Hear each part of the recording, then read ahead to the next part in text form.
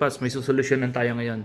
Ito yung Fortuner na gas natin. Pakita ko sa iyo mamaya. Kapag nagsindi ka na ng aircon sa likod, umiilaw siya yung indicator niya. Unlike itong isang Fortuner natin, ito yung diesel, hindi umiilaw yung indicator ng aircon sa likod kapag nagsindi ka. So, tsaka wala rin park lights dun sa aircon switch. So, yan ang gawin natin ngayon ng solusyon.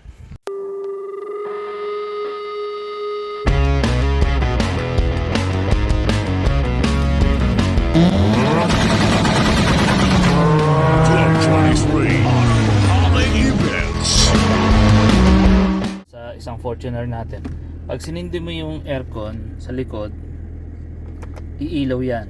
Okay, ganun yan mangyayari. Ito kasing isa natin, walang ilaw to kahit pindutin mo na yan. Yan. Kahit pindutin mo yung aircon sa likod, walang ilaw. Okay, so yun nalalagyan natin bombilya. Okay, Paps, good morning. Ang susolusyon na naman natin ngayon, ito, walang ilaw. Kahit na pindutin mo na, yan o. Aircon kasi ito sa likod. Na kapag pinindot mo, dapat iilaw yan. Tapos pag nag-park light ka, ito iilaw rin.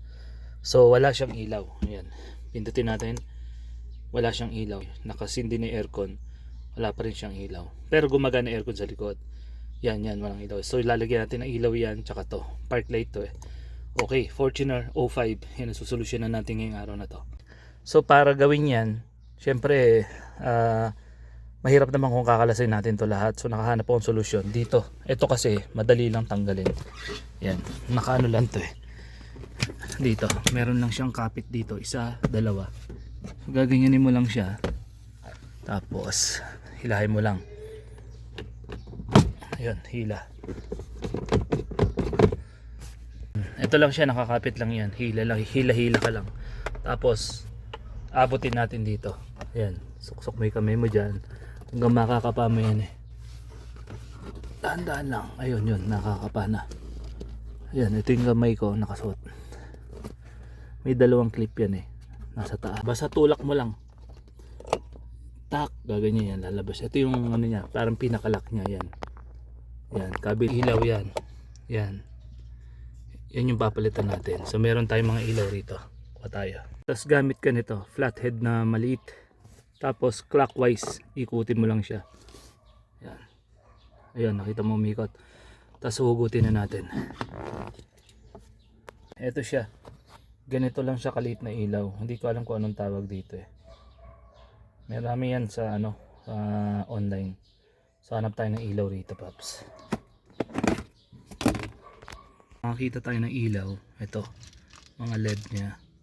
Yan maliliit. Ang problema, pag ito mismo, yan mismo ginamit ko, yan, nailulusot dito, ayaw pumasok. So ang gagawin ko, yan, tinanggal ko yung LED niya mismo. Tapos alisin ko itong pundido, dito ko ipapasok yun. Okay. Ganyan, Paps. Tinanggal ko itong pundido. Yung ano pa rin niya gagamitin, yung housing pa rin. Inalis ko naman yun nandito. Okay, kabit natin. Nakabit ko na isa, Paps. Sakaling hindi ilaw yan, baligtarin nyo lang. Basta ganun, baligtarin nyo lang. Pag hindi pa rin umilaw, ibig sabihin pundido yung nilagay nyo. So kuha kayo ng iba. Ito na rin yung isa. Binaklas ko dun sa dito. So kinabit ko naman dito sa stock na bracket nya, mounting nya. Okay, housing. Okay, papi, lahat sila they are in place. So try natin, salpak natin. Okay, so start natin, Paps. Check. Start engine. So check ulit natin park light. Ayan, nakikita mo umiilaw. yan, diliman natin. Park light. Ayun o, basta nagbabago, diba, lumiliwanag. Ayan, tapos aircon, pag pinindot mo to, diilaw dapat yan. Ayun o, umilaw. So ibig sabihin may aircon na sa likod. So try natin kung may hangin. So ayan, may hangin sa likod, Paps. Okay, so ibig sabihin working siya. Try na natin, malang crudo eh. So yan, Paps, ganun siya. Okay, ganun lang kasimple magpalit ng bulb dito. Kung nagustuhan nyo at nakapulutan yung diskarte, like, comment, share, and subscribe. And Papi Power. Yun, park light. Ayan o, diba, kakailaw siya. So ganun lang, may ilaw na siya. Balik na natin.